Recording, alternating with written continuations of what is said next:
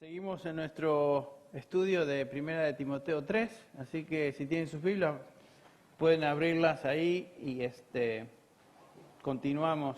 Estamos en esa palabra sobria. El siervo de Dios, entre varios requisitos, dice Pablo, debe ser sobrio. Ya vimos que Pablo se dirige primero a la vida moral del pastor, especialmente en su relación con el sexo opuesto, marido de una sola mujer. Obviamente, en la cultura de esta época, cuando Pablo escribe esta epístola, Éfeso era una ciudad donde estaba muy abierta a todo tipo de disipación moral. En el contexto griego eso era común. Y otro pecado que era muy común entre ellos era justamente la borrachera. Y por esta razón Pablo dice que si alguien desea obispado, buena cosa desea. Los primeros dos requisitos que tenían que tener en cuenta era cuando la iglesia evaluaba a ese individuo, si va a ser o no ser anciano, que su vida moral sea algo limpia con el sexo opuesto, y en segundo lugar su relación al vino es otra área que había preocupación. Ustedes notaron que la Biblia de las Américas traduce no dado al vino, otras traducciones traducen esta palabra sobrio o al revés. En un sentido quiere decir lo mismo. Esa palabra nefalios se convirtió en un término que se usaba para describir metafóricamente a una actitud vigilante, tener cuidado. Describía a una persona juiciosa, alguien que tenía su mente clara, un individuo equilibrado, controlado, alguien en el pleno uso de sus facultades. A eso se refiere, ser sobrio.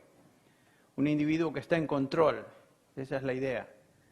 Su vida se caracterizaba por moderación en toda área. Eso es lo que quiere decir esa palabra que aquí se traduce sobria. Ahora, en tercer lugar, vemos que Pablo habla de otra característica de un siervo de Dios, es que sea prudente. La palabra es otra, sofrón, que quiere decir disciplinado en sus prioridades. Y obviamente este es el resultado de ser sobrio. Es una persona que es espiritualmente seria. No es uno que no tiene humor. Obviamente Pablo no está diciendo eso. Todo líder va a usar y disfrutar el humor en su debido contexto, en el momento apropiado. Y a mí me gusta el humor, a mí me gusta reírme. De vez en cuando, en un momento muy apropiado, es importante tener en cuenta es un medio también de comunicación. Se dice de Charles Spurgeon, que era también una persona que usaba el humor de vez en cuando.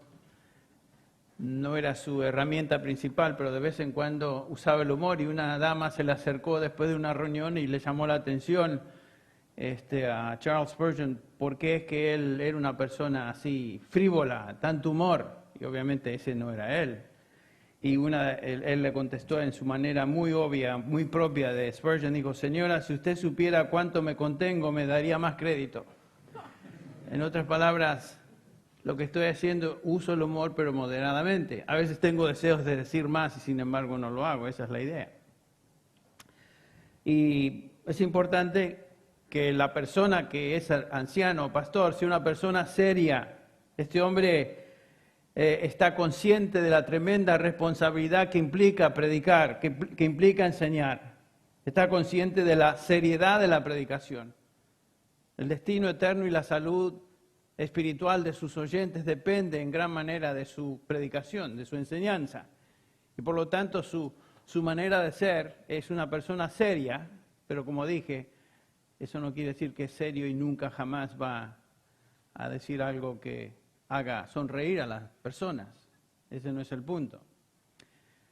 Con Pablo el predicador es prudente, se da cuenta de que, como Pablo expresa en 1 Corintios 1:21, porque ya que en la sabiduría de Dios el mundo no conoció a Dios mediante su propia sabiduría, agradó a Dios mediante, noten esto, la necedad de la predicación, salvar a los que creen. Es a través de la predicación que Dios salva. Es a través de la predicación de la palabra que Dios salva. Si él falla en su proclamación correcta del Evangelio, entonces el destino eterno de los que le escuchan va en juego. Y por eso él debe ser una persona seria, prudente. Y obviamente, si él falla en su enseñanza de los santos, de los que ya son creyentes, la madurez espiritual de ellos también va en juego. Porque la palabra de Dios, como dijimos, es el medio que Él utiliza para salvar y es el medio que Él utiliza para santificar. Tu palabra es verdad, dice el Señor Jesús. Santifícalos en tu palabra es verdad. No hay otro medio de ser salvado ni otro medio para ser santificado, sino a través de la palabra de Dios. Por eso debemos ser personas prudentes, serias, sobrias en el púlpito. Pablo estaba consciente de su predicación cuando él dice en Hechos 20:26, por tanto os doy testimonio en este día que soy inocente de la sangre de todos. ¿Por qué? No rehuí declarar a vosotros todo el propósito de Dios. Por eso él era inocente. De alguna manera Pablo se sentía responsable de la sangre de sus escuchas y él no proclamaba y enseñaba correctamente todo el consejo de Dios. Esta palabra prudente entonces se refiere a una persona que no es frívola en cuanto al ministerio y la enseñanza de la palabra. Es estudioso, es un hombre de oración, es un hombre dedicado a la predicación, como dice Hechos 6:4.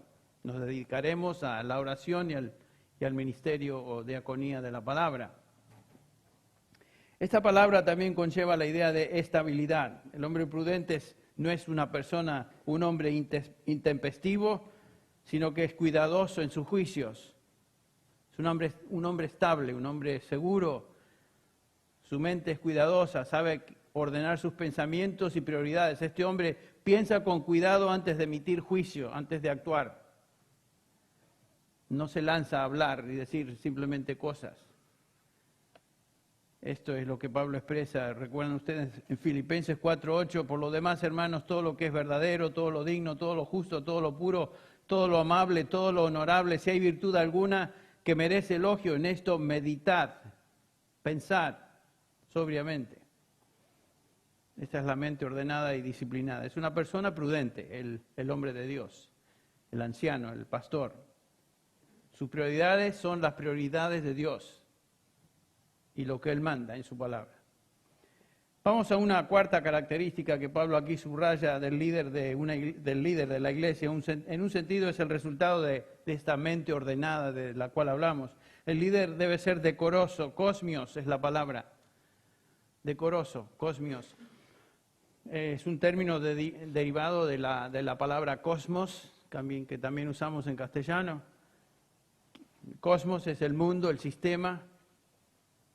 Y el cosmos, el mundo, la creación demuestra que es una creación con orden, no es caótica. Más, el antónimo de la palabra cosmos en griego es caos, lo opuesto.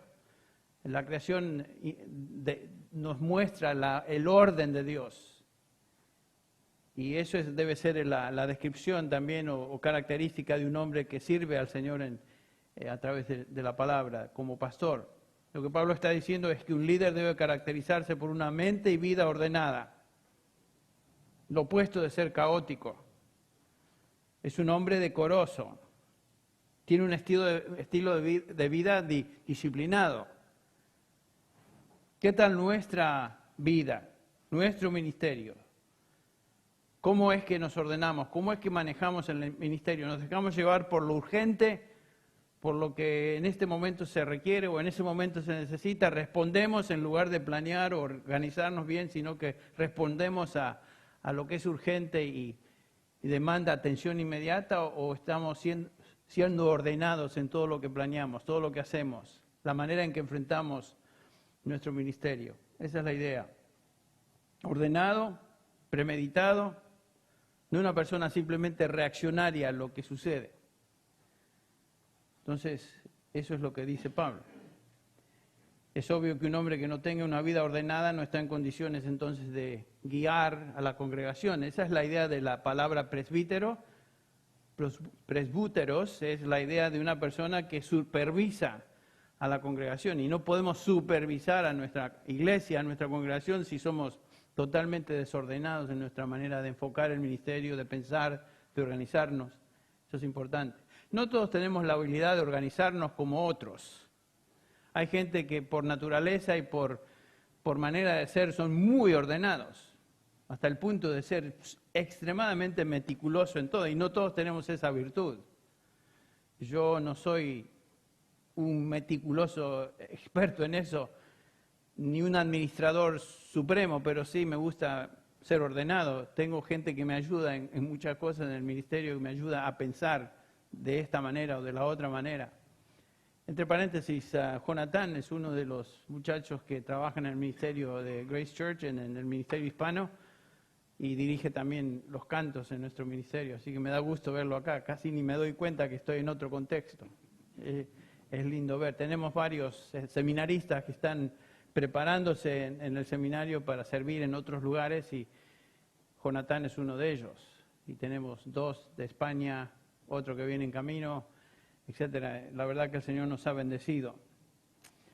Pero el punto es este, que un ministro, un siervo de Dios, un pastor debe ser una persona ordenada, no es caótica en su vida personal, porque eso implicaría que no está en condiciones de organizar a otros, supervisar a otros. Veamos una quinta característica de un anciano: debe ser un hombre hospitalario.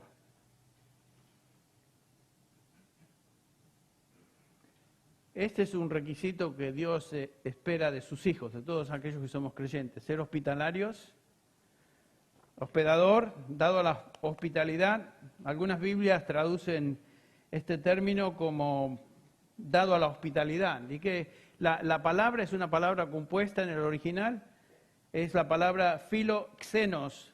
Filo es la raíz de fileo, o sea, amar o amador, y la otra palabra, xenos, quiere decir extraño o extranjero. En otras palabras, si la unimos, y la idea es una persona amador de extranjeros. Se refiere a una persona que tiene un sentido de hospitalidad a aquellos que ni siquiera conoce. Si ustedes leen 2 y 3 de Juan, el contexto inmediato de lo que leen ahí en esas 2 cortas cartas de Juan, es justamente que la iglesia tenía que ser hospitalaria, y algunos hasta se habían pasado de ser hospitalarios porque eran tan dados a hospedar que habían permitido que entraran falsos maestros dentro de sus hogares. Y esa es parte de la corrección. Pero eso es una actitud cristiana, es una virtud cristiana de manifestar o expresar hospitalidad. Recuerden lo que dice Pablo en Romanos 12, 5 y versículo 13. Así nosotros, que somos muchos, somos un cuerpo en Cristo, individualmente miembros los unos de los otros. Si pasamos al versículo 13, contribuyendo a las necesidades de los santos, practicando la hospitalidad. Noten que esto es una virtud a todos los cristianos en Roma. Debemos ser hospitalarios. Sin duda en estos días algunos hermanos de esta iglesia están expresando eso con algunos de ustedes. Ser hospitalarios. Hebreos 13:2 nos recuerda el autor: no os olvidéis de demostrar hospitalidad, porque por ella algunos sin saberlo hospedaron a ángeles. ¿A qué se refiere eso? Bueno, específicamente a Abraham y Sara, quienes sin saberlo habían hospedado a ángeles en forma de hombres, ¿no? El punto es que uno nunca sabe a quién el Señor va a ministrar a través de nuestra hospitalidad, de nuestros hogares. Algunos de ustedes que han estado en Grace Church durante la conferencia de pastores han sido recipientes de hospitalidad de algunos de nuestros hermanos, y obviamente han recibido bendición por parte de ellos, pero ellos mismos me expresan qué bendecidos han sido de poder recibir hermanos. Bueno, eso es una virtud cristiana, demostrar hospitalidad, ser hospitalarios. Y como ustedes pueden notar en la definición del término amador de extraños, eso entonces no quiere simplemente, no es una referencia simplemente a invitar amigos a casa, porque cualquiera de nosotros podemos tener amigos y gente conocida en casa. Cualquier persona invita a sus amigos, aún la gente del mundo, no tiene que tener una virtud cristiana para esto, pero el punto es que aquí se nos llama a hospedar a extraños. Y en la época en que fue escrita esta epístola y las epístolas del Nuevo Testamento, realmente la gente viajaba La gente que viajaba, por lo general, no trataba de quedarse en hoteles. No había hoteles, no había Holiday Inn, no había ninguno de las cadenas que conocemos muy bien. Y los lugares de hospitalidad eran o prostíbulos o lugares muy sucios. Que una persona que allí se hospedaba se arriesgaba a todo tipo de infección o enfermedad. Por ejemplo, hay un relato secular de las obras de Aristófanes, un escritor griego, donde uno de los personajes en su libro, Oracles se llamaba, le pregunta a su compañero, ¿dónde vamos a pasar la noche? Y la respuesta de él fue, amigo, donde haya menos pulgas. O sea, eso era básicamente el contexto de hospitalidad. El único lugar público era un lugar asqueroso. La gente no iba ahí.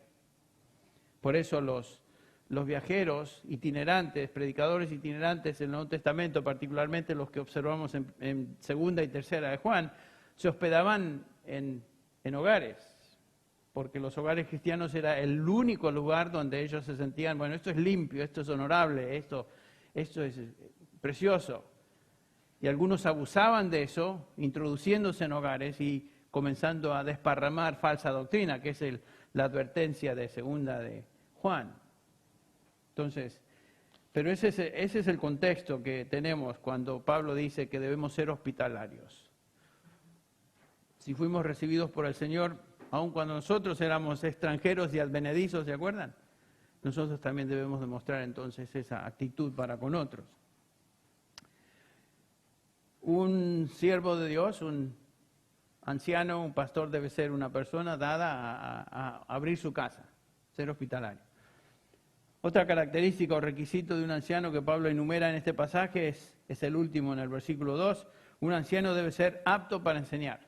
Bueno, y aquí entramos a la única función que se menciona ahí. ¿Se acuerdan lo que dijimos? Esta única función, apto para enseñar, está rodeada de virtudes morales, de virtudes particulares, de una vida digna. Pero aquí lo que se menciona, la función principal de un hombre de Dios es ser apto para enseñar. Didacticon es la palabra, si ustedes conocen la raíz de esto. Quiere decir hábil en la enseñanza. Es la tarea principal de un pastor, enseñar, predicar. ¿Se acuerdan que la iglesia existe para ser columna y sostén de la verdad? Entonces, si ese es el caso, es obvio que aquellos que dirigen la iglesia sean hombres aptos para enseñar esa doctrina, esa verdad. En la segunda epístola de Pablo a Timoteo, el versículo 24, el capítulo 2, versículo 24, dice: el siervo del Señor no debe ser rencilloso, sino amable para con todos, otra vez aquí, apto para enseñar, sufrido, apto para enseñar. Algunos se harán la pregunta, ¿por qué es que Pablo coloca este requisito en la lista de cualidades morales? Y si pensamos, yo creo que la razón es que uno no puede enseñar lo que no está viviendo. La enseñanza tiene impacto en el contexto de una vida virtuosa que apoye lo que ese hombre de Dios está enseñando. El enseñar eficazmente y con impacto espiritual en la gente depende entonces de nuestra credibilidad como hombres virtuosos, nuestra credibilidad moral, nuestro ejemplo. Y no podemos separar al maestro de su vida y conducta. Un hombre es confiable en lo que dice y enseña cuando su vida personal, su vida moral está respaldada por virtud, por piedad. Estaba comentando con uno de mis hermanos en la iglesia, cuando salgo me pregunta, bueno, ¿por qué puedo orar por vos en estos días? Por ti, porque la mayoría son o mexicanos o centroamericanos, no dicen vos. Bueno, los del Salvador a veces dicen vos, sí, también. Pero no tratan al pastor así de vos, te tratan de usted. ¿Por qué puedo orar por usted, Henry? Bueno, yo le digo, mira, una cosa que pueden siempre orar es que yo siempre viva lo que predique. Eso es lo que quiero. Que donde yo vaya, me siga una reputación de ser un hombre que busca ser piadoso. No quiere decir que somos perfectos. Y no me pongo acá como ejemplo de toda virtud ante ustedes. Yo simplemente estoy diciendo que eso es lo que yo deseo. Que mi vida corresponda con lo que enseño. Y eso es lo que estoy pidiendo que la gente esté orando estos días. Quiero que noten que este requisito de enseñar es la única diferencia que distingue entre al anciano de un diácono en esa lista. Capítulo 3, versículos del 1 al 7 son los ancianos y los versículos que siguen es una referencia a los diáconos. Algunos piensan que un diácono es un oficial en la iglesia, pero de segunda categoría. No es así, porque los requisitos son los mismos, para un diácono o para un anciano. La diferencia es que el anciano es uno que es apto para enseñar, que es su función principal, no es la función principal de los diáconos. Pero en cuanto al respaldo de virtud moral y espiritual, es lo mismo. O sea, no debemos pensar en los diáconos, bueno, cualquiera puede servir como diácono. Yo entiendo que ser pastor es importante, pero el diácono, a ver vos, Juan, metele hoy de diácono. No, así no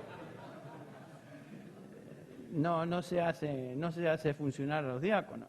¿Se acuerdan en el ejemplo de Hechos 6, que realmente tal vez es el prototipo de lo que los diáconos oficialmente llegaron a hacer más tarde? Pero ahí tenemos el llamado de los apóstoles a escogeos de entre vosotros, ¿se acuerdan?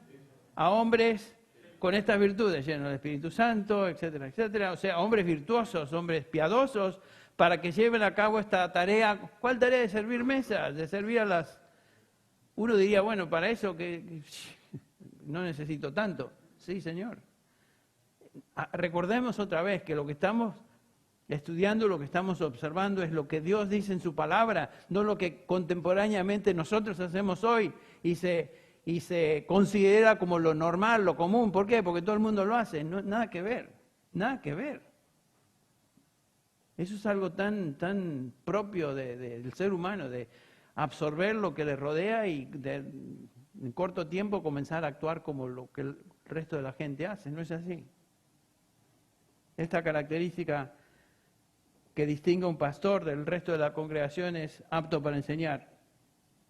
Debe ser hábil en la enseñanza y es alguien que se dedica laboriosamente a eso.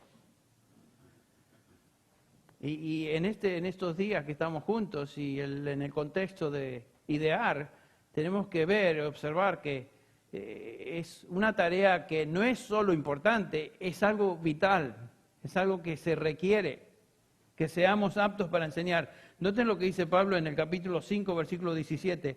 Los ancianos que gobiernan bien sean considerados dignos de doble honor, principalmente los que trabajan en la predicación y en la enseñanza. La palabra trabajar, kopiao, en griego, quiere decir trabajar hasta quedar exhausto. O sea, trabajar duramente en la tarea de prepararse para enseñar. No es cuestión de ir en camino a la iglesia el domingo a la mañana y como tenía un amigo que me decía que él preparaba su sermón mientras manejaba el auto a la iglesia y era el pastor. Y era graduado del seminario, yo lo conozco bien, no voy a mencionar su nombre porque tal vez alguno lo conoce, pero no es de aquí, así que no se preocupe. Pero él me decía, sí, a menudo hago eso, yo me preparo en camino, medito, pienso, saco pensamientos y ya cuando llego a la iglesia más o menos tengo bosquejado el mensaje. ¿Qué es eso? Eso no es trabajar hasta quedar exhausto. Eso es ridículo. O sea, el anciano consciente de su llamado y función primordial estudia, se prepara y se gasta en la enseñanza de la palabra. Nos gastamos. ¿Por qué? Porque es la tarea principal. ¿Por qué? Porque la salud de los oyentes depende de la palabra. Bien trazada. No la palabra simplemente que se me ocurre esto o lo otro y ato un par de versículos y le hago decir al texto lo que jamás dice o tiene intención de decir. George Whitefield, aquellos que les gusta la historia de hombres de Dios, uno de mis favoritos ha sido por años ya George Whitefield. Y me impresionó lo que se cuenta de él. Dice en su biografía esto. se cuenta que en su último día de vida sobre esta tierra, aunque enfermo y exhausto, llegó a este pueblo donde pensaba que iba a poder descansar un poco. Sin embargo, cuando la gente del pueblo notó que Whitefield había llegado, se reunieron alrededor de él, estos Estados Unidos, aunque él era inglés, y le pidieron que predicara el Evangelio. Después de orar brevemente pidiendo a Dios que le fortaleciera para poder hacerlo, este hombre de Dios predicó aproximadamente 3 horas, cansado, enfermo. Ya literalmente exhausto y al borde de la muerte, Whitefield se retiró al hogar a donde llegó para dormir. Pero otro grupo de personas llegaron a esta casa y le rogaron que predicara una vez más, casi sin fuerzas y sosteniendo una vela para alumbrar el lugar donde estaban. Whitefield por casi 2 horas. 2 horas predicó su último sermón. Se fue a la cama y nunca se levantó. Bueno, es una buena manera de irse de este mundo, ¿no? Predicar hasta quedar exhausto, literalmente quedó exhausto al extremo de morir en la predicación. Murió predicando. ¿Qué es lo que un pastor debe enseñar? Bueno, es obvio en el Nuevo Testamento que la enseñanza, la predicación se limita exclusivamente a la palabra de Dios. No tiene nada que ver con predicaciones de ideas personales o conceptos humanos, por más interesantes o dignos que estos parezcan ser. Es la predicación de la palabra. Ya lo vimos.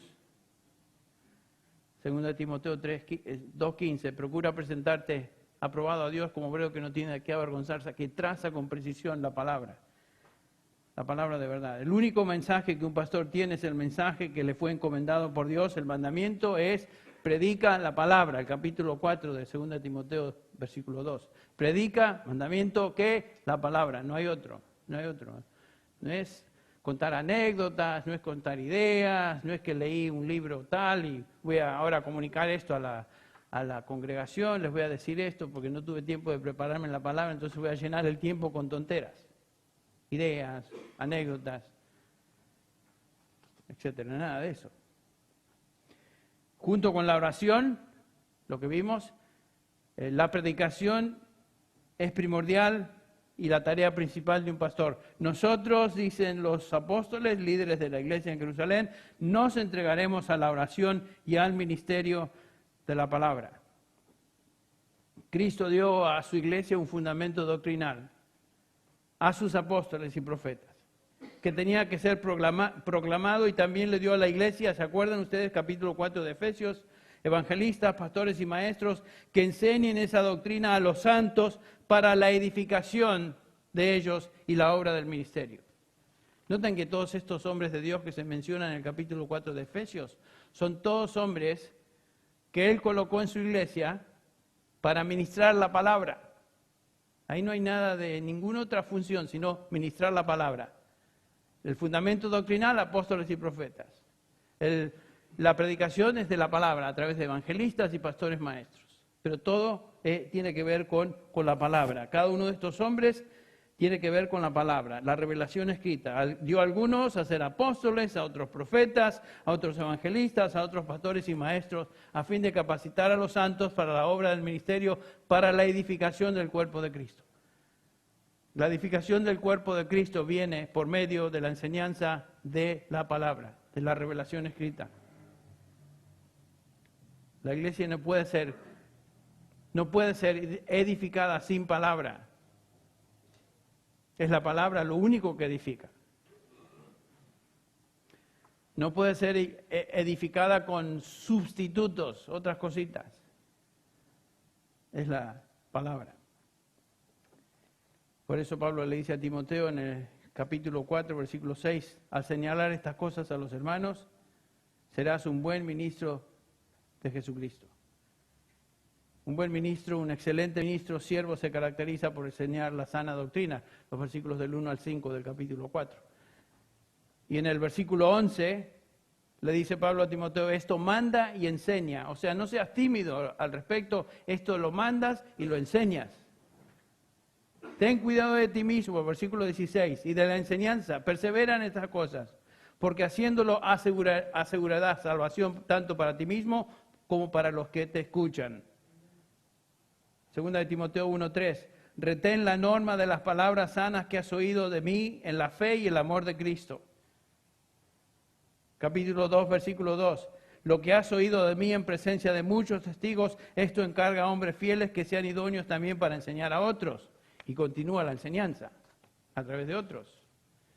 Y es obvio que estos pasajes del Nuevo Testamento nos enseñan la prioridad insustituible de enseñar la palabra para aquellos que hemos sido llamados a servir en la iglesia.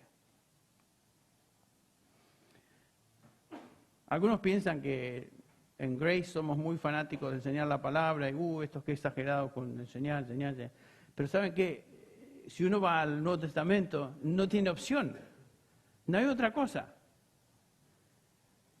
La iglesia se ha desviado de esta prioridad y tenemos que regresar. Todo movimiento de avivamiento en la iglesia comenzó con un retorno a la palabra. La reforma comenzó con un regreso a la palabra. Y gracias a Dios por los reformadores, pero con el tiempo y los años, los siglos pasan y la iglesia otra vez. Es un regreso a la palabra, porque eso tiene impacto, eso es lo que cambia, eso es lo que transforma. Salmo 19:7 dice, la ley de Jehová es que perfecta. ¿Qué hace? Convierte, transforma. Una manera de traducirlo también. ¿Transforma qué? El alma. Es lo único que transforma el alma en términos de salvación y lo único que transforma el alma en términos de edificación. Es la palabra. Bueno, otra característica. Y tal vez antes de continuar con las características, quisiera simplemente, y creo que lo tienen ustedes en los apuntes, ¿qué es lo que caracteriza a un maestro eficaz, un maestro capaz? Un hombre que realmente es apto para enseñar. ¿Qué marcas tiene o podemos observar en un maestro eficaz? ¿Qué elementos identifican a esta persona? Bueno, el primer elemento es su ejemplo. En un sentido ya lo vimos. Antes de poder ser apto para enseñar, esa persona debe ser un ejemplo a otros. Eso es lo que le da autoridad moral ante la iglesia. Ustedes recuerdan que los evangelios nos enseñan que la enseñanza de Jesús se caracterizaba por sobre todas las cosas algo singular, su virtud. Enseñaba como alguien que tenía autoridad. Dice el versículo 28 del capítulo 7 de Mateo, cuando Jesús terminó estas palabras, las multitudes se admiraban de su enseñanza porque les enseñaba como uno que tiene autoridad y no como los escribas. Ellos estaban acostumbrados a esta manera tan sintética, superficial y ¿cómo se dice en castellano? Phony. No funny, phony. Bueno, los que estudiaron inglés a lo mejor me pueden seguir. Pero algo que es falso, una... está bien, ya cálmate. Está bien. No, algo que no es genuino, pues, a eso. Ya, bueno, siguen adivinando. Ustedes estudiaron inglés en Disneylandia, parece, porque no. A los pies del ratón Mickey, no de Gamaliel. Ok. En este mismo evangelio de Mateo, ustedes recuerdan que el Señor Jesús entonces hace referencia a los escribas. Y qué interesante que el Señor dice a la gente en el capítulo 23 de Mateo que lo que le enseñan los escribas y fariseos, háganlo, porque están enseñando la ley. Ahí lo leemos, el versículo 1 le dice a los discípulos, Jesús habló a la muchedumbre y a sus discípulos en particular, diciendo, los escribas y los fariseos se han sentado en la cátedra de Moisés. ¿Qué están enseñando? La ley, correcto. De modo que haced y observad todo lo que os digan, pero no hagáis conforme a sus obras, porque ellos dicen y no hacen. Ahí está. Eran hipócritas, eran falsos, eran una copia de lo real. La enseñanza para que tenga impacto en la vida de los que la reciben debe estar respaldada entonces por una vida ejemplar. Y en 1 Timoteo 4 Pablo le dice a Timoteo, ninguno tenga en poco tu juventud, Timoteo. Tal vez tú te achiques, te hagas atrás porque te ves joven, no importa la edad. Lo importante no es si eres joven, lo que importa es sé ejemplo a los creyentes, dice ahí. Timoteo, tú sé el ejemplo de lo que estás enseñando. No importa si eres joven. No permitas que nadie te menosprecie en tu juventud, ¿se acuerdan? Antes sé ejemplo de los creyentes en estas áreas. Palabra, conducta, amor, fe y pureza. En otras palabras, Timoteo, mira, en todo aspecto de tu vida, en toda dimensión, lo que dices, lo que haces, tus actitudes, tu fe y tu vida moral, sé el prototipo de lo que enseñas, sé el ejemplo de lo que enseñas. En esto consiste el reto de un maestro, de tener impacto en la vida de sus oyentes. No somos maestros capaces a menos que seamos transparentes y que la gente vea en nosotros genuinidad, el artículo genuino, no una copia o algo que no es, un farsante, uno que dice y no hace. Bueno, entonces un maestro eficaz se distingue primero por su ejemplo, en segundo lugar, el don de enseñanza. El maestro eficaz no solo tiene una vida ejemplar, sino que ha sido dotado por el Espíritu de Dios para enseñar. Romanos 12, 1 Corintios 12, nos habla del don de enseñar, de enseñanza. Se presenta como un don del Espíritu. Y en la lista de hombres que el Señor Jesucristo dio a su iglesia, Pablo nos habla de entre ellos al pastor maestro. Todos estos hombres están conectados con la palabra de Dios. Y la Biblia es clara en indicarnos que hay un don dado por Dios, por su Espíritu, una capacidad del Espíritu de Dios a ciertos individuos para enseñar la verdad de Dios. Ojo, no necesariamente tiene que ver con la habilidad de enseñar materias fuera de la palabra de Dios. No hay un don para enseñar geometría o enseñar matemáticas o enseñar geografía o enseñar lo que sea, historia. En otras palabras, no hay un don del Espíritu que tenga más, que te haga más eficaz para enseñar otros temas y materias fuera de la palabra de Dios. Ese no es un don del Espíritu. Solo hay un don de enseñanza que tiene que ver con la proclamación, la enseñanza de la palabra de Dios. Y esta es una capacidad dada por el Espíritu de Dios, no es una capacidad natural con que nacemos. Dios la concede. De hecho, una persona, un individuo que es hábil en enseñar otras materias, puede ser llamado por Dios para enseñar su palabra también. O sea, a veces el poder enseñar otras cosas nos contribuye a la habilidad de comunicar, pero no es un don del Espíritu. Enseñar ciencias económicas, por ejemplo, o enseñar otra materia. Entonces, el don de enseñanza, lo describimos así, es la capacidad dada por el Espíritu de Dios a una persona que le permite comunicar las verdades de la palabra de Dios con eficacia e impacto espiritual. No simplemente comunicar información bíblica o dar información bíblica. ¿Y cómo podemos saber si tenemos el don de enseñanza? El don que se describe tanto en 1 Corintios 12 como también en Romanos 12, bueno, hay dos maneras. En primer lugar, un deseo fuerte, un peso en el corazón de enseñar la palabra de Dios. Ahí comienza, así como el llamado a ser anciano comienza ahí también. Y en segundo lugar, si la iglesia recibe tu enseñanza y confirma el hecho de que tú tienes el don de enseñanza. Entonces, la retroalimentación viene de la iglesia. Si los creyentes son edificados por medio de tu enseñanza, tú tienes el deseo y el peso en tu corazón de enseñar la palabra de Dios y la iglesia está siendo edificada por la palabra de Dios a través tuyo, tú tienes el don de enseñanza. Si eso no sucede, no estamos hablando del don de enseñanza. Y yo he conocido a personas, yo enseñé en el seminario, en Puebla me acuerdo, varios años y enseñé en otros contextos y he escuchado a personas, particularmente jóvenes, diciendo que tienen el don de enseñar. Tomaron clases conmigo, en clases de homilética, predicación, y realmente, aunque afirmen de que tengan el don de enseñanza, el hecho de que no podían edificar al pueblo de Dios a través de su enseñanza indicaba que no tenían, era un deseo Querían hacerlo, pero eso tiene que ser correspondido por el apoyo o la afirmación de la iglesia, sí. Tú estás edificando a nuestras vidas a través de tu enseñanza. Por más que diga una persona que tiene el don de enseñanza, si los oyentes dicen tú tienes el don del aburrimiento, podemos estar seguros que esa persona no tiene el don de enseñanza. Así que bueno, ya se levantó el hermano, se ve que le pisé un callo. Ahí se va el que no tiene el don.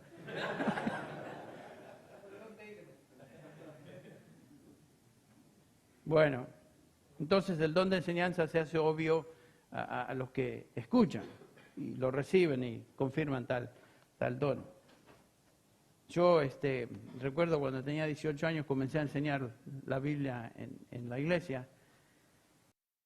Cuando recién empieza, como todos, es como empezar a andar en bicicleta, tumbos, y se va por aquí y por allá. Uno ya, con el tiempo y la instrucción y la debida capacitación para enseñar, uno aprende. Pero de todas maneras, de alguna manera, el Señor usó la predicación, la enseñanza mía para tocar y afirmar a personas, y ellos venían a menudo a decirme, Henry, vos tenés que enseñar la Biblia, porque cuando enseñás, el Señor nos edifica. Bueno, eso me empezó a hacer pensar, ¿no? A lo mejor debo prepararme para enseñar. Y eso es básicamente lo que me motivó a ir al seminario más tarde. Y bueno, con el tiempo el Señor confirmó esa realidad. Hay momentos que uno tiene malos sermones, ¿eh? No todo sermón es un golazo, como todos sabemos. Hay algunos sermones que son, se va por arriba del palo, o pega en el palo, o sale desviado, pero esperemos que con el tiempo pongamos más goles en la red de los que salen disparados para otros lados. Una tercera característica de un maestro capaz es que tiene entendimiento doctrinal, entiende la doctrina. Es una persona que ha cultivado y se ha nutrido en la palabra de Dios y sus enseñanzas de tal manera que puede comunicarlas. Por eso Pablo le dice a Timoteo, 1 Timoteo 4:6, al señalar estas cosas a los hermanos, serás un buen ministro de Cristo. Noten esto, nutrido con las palabras de la fe y de la buena doctrina que has seguido. Lo que había hecho Timoteo, entre otras cualidades, es que fue un siervo excelente y maestro, era un tremendo depósito, de conocimiento doctrinal. Timoteo conocía la doctrina. ¿Dónde comenzó su conocimiento doctrinal? Bueno, sabemos que comenzó en su casa, con su abuela Loida y con su madre Eunice. Recuerdan, lo dice en el capítulo 3, versículo 14 de 2 de Timoteo, le dice Pablo, persiste en lo que has aprendido y te convenciste sabiendo de quiénes has aprendido estas cosas, que desde la niñez has sabido las Sagradas Escrituras, las cuales te pueden dar sabiduría que lleva a la salvación mediante la fe en Cristo Jesús. Noten que el medio que Dios utiliza para salvación es la palabra, la Escritura. Nadie se convierte en un vacío doctrinal, en meditando, mirando las nubes o rascándose el ombligo o haciendo... Nadie se convierte así. Tiene que haber comunicación doctrinal, tiene que haber palabra, tiene que haber verdad revelada. Y así se comenzó a Timoteo en su vida. Entre más profundo sea el depósito doctrinal de un maestro de la palabra, más capaz va a ser ese individuo de enseñar. Timoteo comenzó a recibir instrucción doctrinal desde que era chico.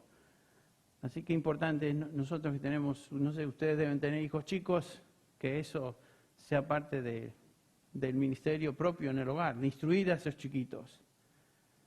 Un maestro capaz primero cultiva su conocimiento bíblico, es un estudiante bíblico de la Escritura antes de ser un maestro eficaz. Antes de ser apto para enseñar, tiene que ser apto para aprender. Entonces, eso es algo que debemos ser conscientes. ¿Dónde te encuentras tú en este proceso de aprender la más? Uno nunca llega a conocer la profundidad. Y yo noto áreas de deficiencia en mi conocimiento doctrinal, no como antes, por supuesto, pero áreas donde yo busco y estudio específicamente ciertas áreas para poderlas entender mejor y más. más y mejor. Y es algo que oro, que el Señor me ayude a entender ciertas áreas y con el tiempo he aprendido cosas que años atrás no sabía, no podía enseñar al respecto porque no tenía el contenido doctrinal para poder hacerlo yo. Bueno, eso es importante, que crezcamos en ese conocimiento, en esa preparación constante en la palabra. ¿Cuándo es el break? Cuando yo quiera. Yo como no estoy... ¿Cómo se sienten? Algunos de ustedes no muy convencidamente me dijeron... ¿Qué le van a decir a todos los pilos? Bien, sigan nomás. Sígale usted. No. ¿Qué tal si tomamos un receso? ¿Está bien?